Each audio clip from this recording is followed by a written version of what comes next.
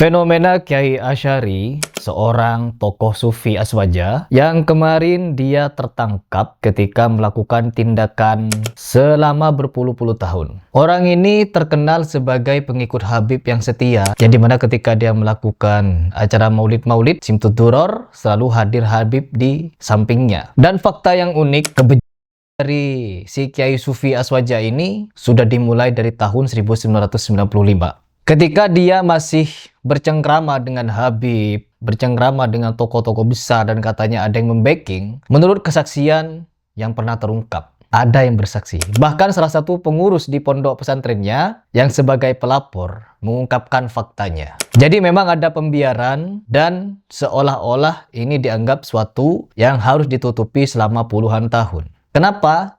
Dugaan saya ada beberapa poin. Yang pertama, untuk menjaga marwah pondok pesantren agar tidak rusak. Terus yang kedua, karena dekat dengan tokoh-tokoh agama lainnya yang cukup besar dan fenomenal, sebutlah Habib. Terus yang ketiga, ada kekuatan politik. Jadi ketiga komponen ini berhasil dimiliki oleh seorang tokoh, maka apapun tindakan kejahatannya yang penting bersorban dan berjubah, maka semuanya akan dianggap biasa-biasa saja. Bahkan doktrin yang diajarkan, kalian tidak bisa mengelak karena di mana-mana kasus seperti ini, doktrin-doktrinnya itu adalah keramat, berkah, kualat. Kalau kamu ikut dan tunduk patuh kepada Kiai, Habib, Gus yang berfaham tasawuf, maka keramatnya bisa turun pada kalian. Kalian bisa jadi wali, bahkan kalian bisa melahirkan wali. Ada yang sampai mendoktrin seperti ini, doktrin keramat. Sampai-sampai kabarnya santri-santriwatinya itu dipanggil ke kamarnya si Kiai, lalu disuruh. Pernah satu kejadian itu Pak Yai itu sampai bilang disuruh ngemot apa itu biar nanti ada darah daging di tubuh saya. Katanya begitu. Lagi-lagi doktrinnya seperti itu. Apakah ini satu-satunya? Tidak. Tidak. Ratusan kasus rata-rata doktrinnya seperti ini. Doktrin keramat. Dan orang-orang doktrin takut kepada orang yang berkeramat seperti itu. Doktrin takut, teman-teman. Nah, terus yang kedua, doktrin berkah. Sehingga apa? Mereka melancarkan aksi bejatnya dengan cara embel-embel, kalau kamu begini sama Kiai, begini sama Habib, begini sama Gus, maka kamu akan mendapatkan berkah ini, berkah itu, berkah itu. Oh, jangankan orang yang masih hidup yang bisa dilihat. Habib yang sudah mati, didoktrinkan kepada umat bisa mendatangkan berkah, bisa mengabulkan hajat, dan tidak nanggung-nanggung hajat kalian bisa terkabul di kuburan Habib. 70 hajat kalian bisa terkabul di sana. Jadi Rasulullah menyampaikan, apakah engkau nggak tahu bahwa ziarah ke makam anakku Abdullah bin Alwi Al-Haddad ini bisa mengabulkan 70 hajat. Tombok kita. Ya, kami kan. Jembleleng kau. Serah aku lah. Tombok lah, dapat duit aku. Akhirnya apa? Dibangun kuburan itu bak hotel, bak rumah mewah, ada AC-nya. Ditabuh Rabana setiap tahun, haulan. Untuk apa? Untuk memeriahkan kuburan. Dikasih lampu kerlap-kerlip, dikasih AC, kipas angin, agar orang semakin betah di kuburan.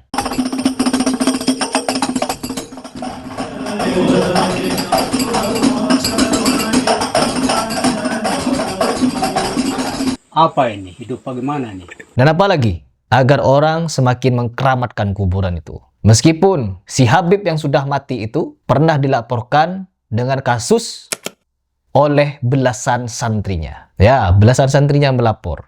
Tapi tidak ada proses. Karena apa? Narasinya apa? Ini untuk menjatuhkan marwah pesantren, menjatuhkan nama si Habib dan lain sebagainya. Padahal laporannya ada. Tapi ya sudah, itu sudah terjadi dan pelakunya sudah mati. Dia sudah bertanggung jawab atas perbuatannya di hadapan Allah. Nah, dan sekarang doktrin keramat berkah ini tidak stop, teman-teman, untuk memperbudak. Apa ini? Hidup bagaimana nih? Santri-santri yang ada di Indonesia ke pondok pesantren mereka. Maaf, saya agak kasar karena memang kenyataannya seperti itu. Yaitu doktrin azab kualat. Kalau kalian melawan kepada Habib, melawan kepada Kiai, melawan kepada Gus, maka kalian siap-siap untuk kualat. Ditakut-takuti dengan kualat. Ente ngikuti Al-Quran tapi nggak ngikuti habaib, ente juga sesat. Sampai-sampai orang tuanya, ibunya, bapaknya dijuluki binatang anjing.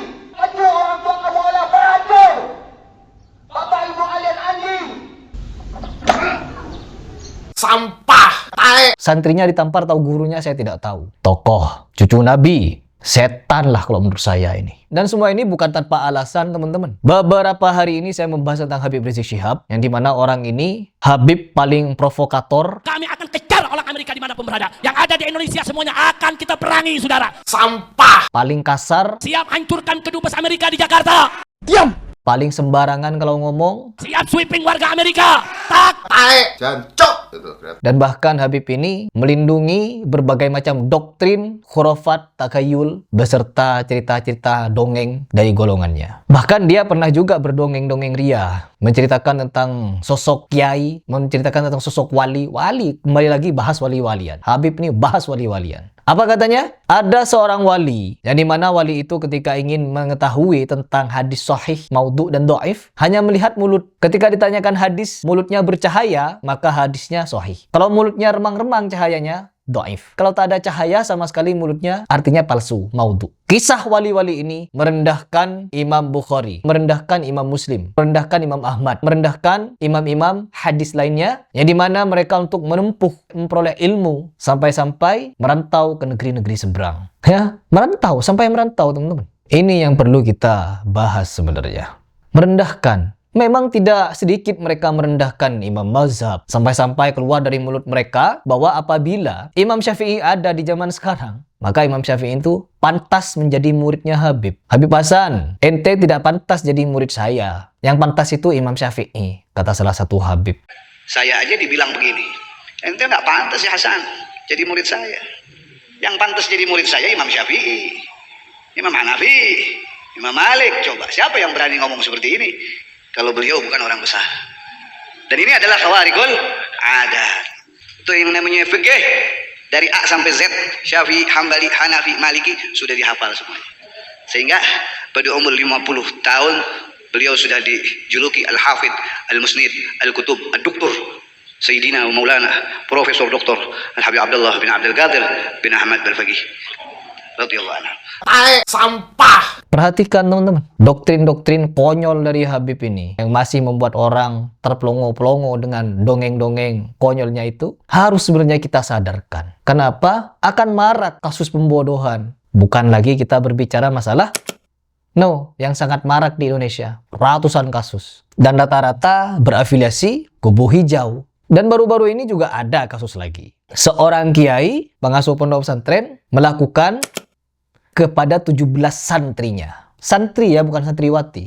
Nanti kalau kita telusuri ternyata berafiliasi ke Habib, malu gus-gusan yang selalu nyebokin Habib selama ini.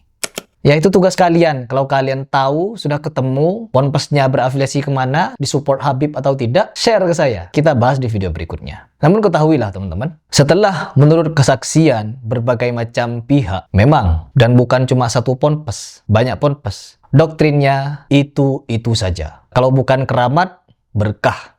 Kalau bukan berkah, kualat. Doktrin keramat, berkah, dan kualat ini jurus andalan mereka yang mengaku-ngaku sebagai tokoh agama di Faham Aswaja, Sufi. Ya koreksi kalau saya salah. Ada Mas Heri di Pondok Muhammadiyah yang juga begitu. Di Pondok Al-Irsyad, di Pondok Persis, di Pondok Salafi. Ada, ini loh datanya. Silahkan koreksi Heri Pras kalau salah. Kita tidak boleh pandang bulu. Kalau ada yang Muhammadiyah kita bahas juga. Al-Irsyad, Persis, Salafi apalagi. Hantam habis-habisan. Begitu.